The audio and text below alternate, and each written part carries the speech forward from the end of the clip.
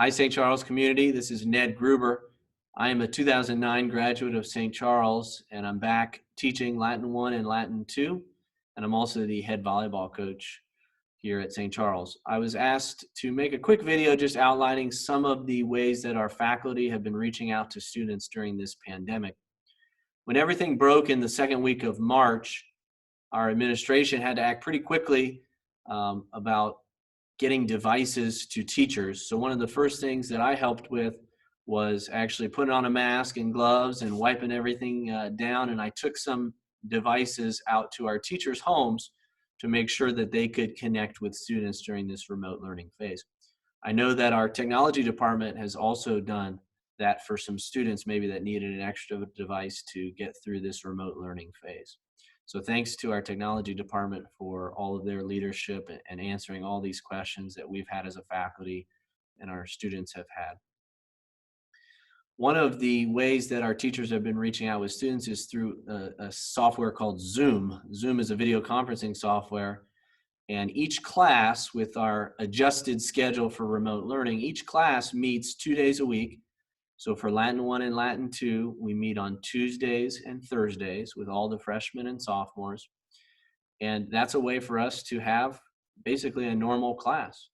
And the way we've been using Zoom with Latin 1 and Latin 2 is Mr. Weiner, who teaches Latin 2 and Latin 1 with me, he and I have been making videos ahead of time for the students to watch, and they'll watch the videos ahead of time, and then they come to class and they can bring any questions that they have.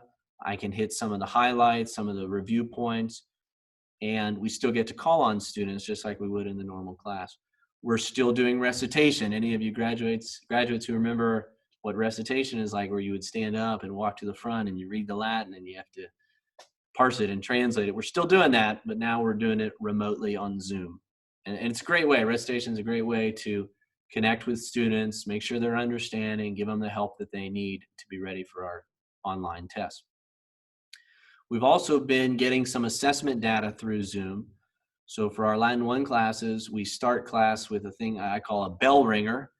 It's just a question that basically they should have picked up from the videos. Should be pretty easy for them as long as they've watched the videos and have been reading. So they answer that bell ringer in the chat box on Zoom, and that goes to their participation grade for the class. And at the end of class, we give them something called an exit slip.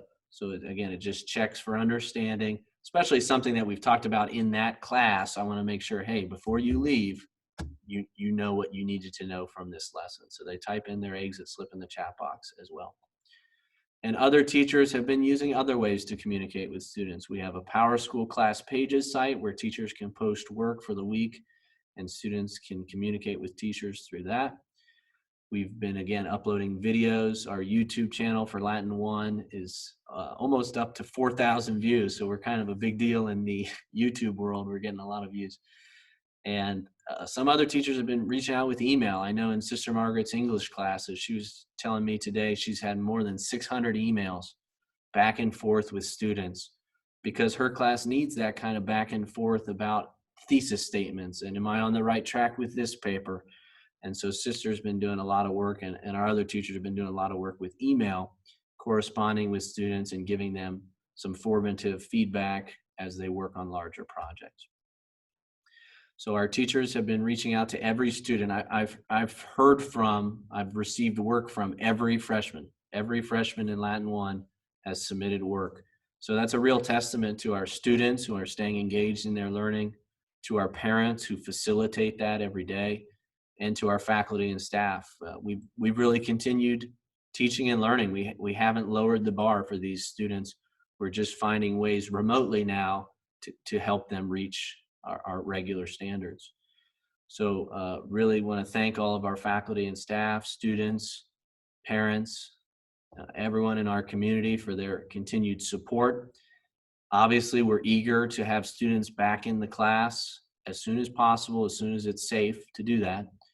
And so we're already planning, how could we do some social distancing in our classrooms? How can we make sure our common areas stay very cleaning those throughout the day? So we're looking at all scenarios to keep students safe, but we really miss having students in class. There's something that can't quite be done over a computer screen. You know, that camaraderie between a teacher and a student, and between the students, it just can't really be replicated remotely. So we're eager, as soon as it's safe to do it, we're eager to have our students back in class so that we can, you know, see them when we get that spark of, I understand it. You know, that clicking is just something that can't quite be done remotely. And so we're eager, again, to have students back as soon as possible, as soon as we can safely do that on campus. Thank you. Hope you're having a good day today, and stay safe out there. As always, we're here for help. If you need anything, reach out to us. Thank you.